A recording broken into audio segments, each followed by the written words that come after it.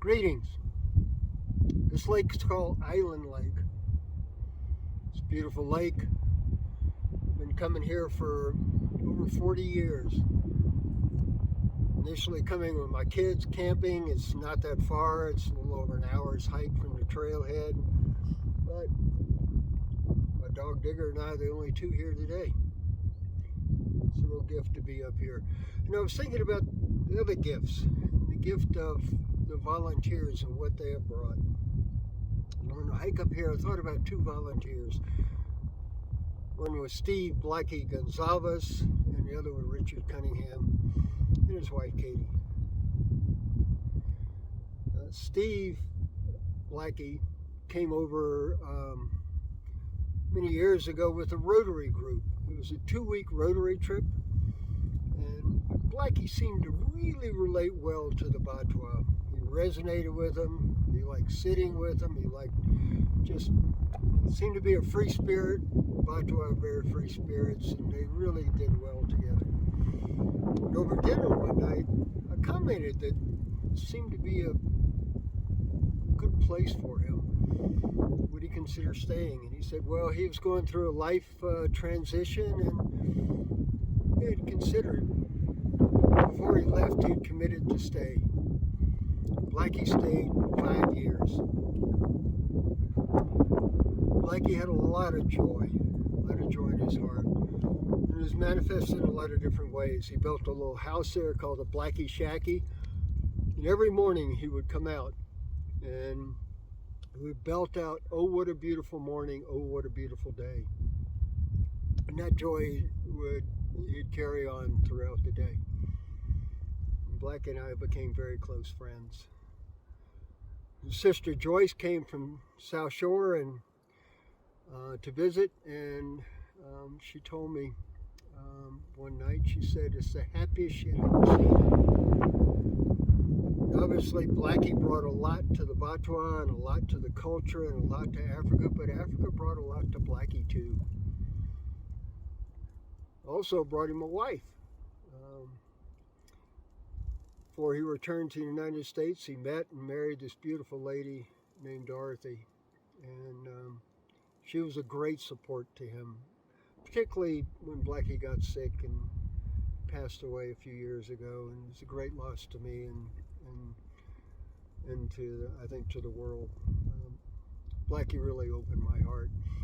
Another person who came over about the same time, I got to know at the same time, was a fellow named Richard Cunningham. He and his wife had come to trek the gorillas. He had a real heart for the animals of the forest, and as a matter of fact, he was on the board of the UC Davis Veterinary School. And he came and he just felt like he needed to give back. So what he started was something called Virunga Artisans. The mountains on the other side of the forest are called the Virungans. They're on the border between the Congo and Uganda and Rwanda, right there. That where the three countries come together. He started a group called Virunga Artisans. These weavers, he brought them together to weave baskets. He noticed they had skills, but if they could up their skills a little bit, these baskets would be very sellable, and which is what he did. The women would produce the baskets, and then he would import them and sell them in the U.S., and all the proceeds went back to these ladies. So one day, Blackie and Richard and I decided we'd hike across to Nanteco and visit one of his women's Virunga Artisans Weavers group. So we did a 6 to 7 hour hike through the forest, and we stayed at a Batwa settlement in little tents, and at night we sat around campfire at night, all swapping stories, watching the embers kind of go up toward the heavens. And you wonder how long people have been doing that, sitting around campfires and swapping stories.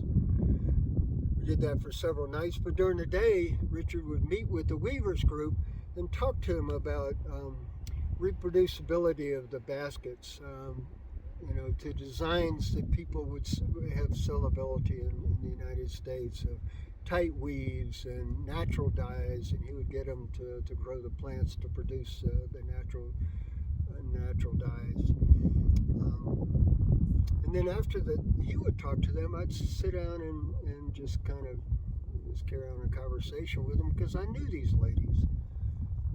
I'd hiked across the forest several times over the years, and I knew them. And after one of the meetings, I said, you ladies are looking good. Y'all got dresses on, nice dresses. Your hair's looking good, and you got some purse, and looks like life's taking a turn for the better. Why? And they said, well, we're weaving baskets, and we're getting money, and we're using it for our family, our children, sending them to school, and improving our houses, and we're spending a little money on ourselves too. I said, before you used to dig in the field, and you would make money in the field, and then, but your husbands would, they say, eat the money. They would take the money and go and drink it, go to a bar. I said, what's different now? I said, well, our husbands are not doing that anymore. I said, why? How did you change that attitude? He said, well, when we weave together, we talk, and if problems come up, we share those problems, and then if there's been an unruly husband, we'll go as a group and talk with him. And I said, well, that's great, but what happens if he doesn't listen? And say, well, we go with the group, and then we beat him up. I thought, whoa, you're kidding me. No, he said it tends to be very effective. I said, okay, well, and before I noticed that some of you ladies would come and you'd have little bruises or cuts on you, and it was obvious that your husbands were not treating you well, they were abusing you. But now I noticed that, no problems. What happened? I said, well, yes, if a woman would come and have some bruises, we would go as a group and we'd put the same bruises on the husband. I told Richard, you came to teach these women how to weave baskets, but what they've done is they've woven their lives together in a very powerful way. They're being advocates for themselves and for their family, and I think all to the glory of God. It's really, it's a gift.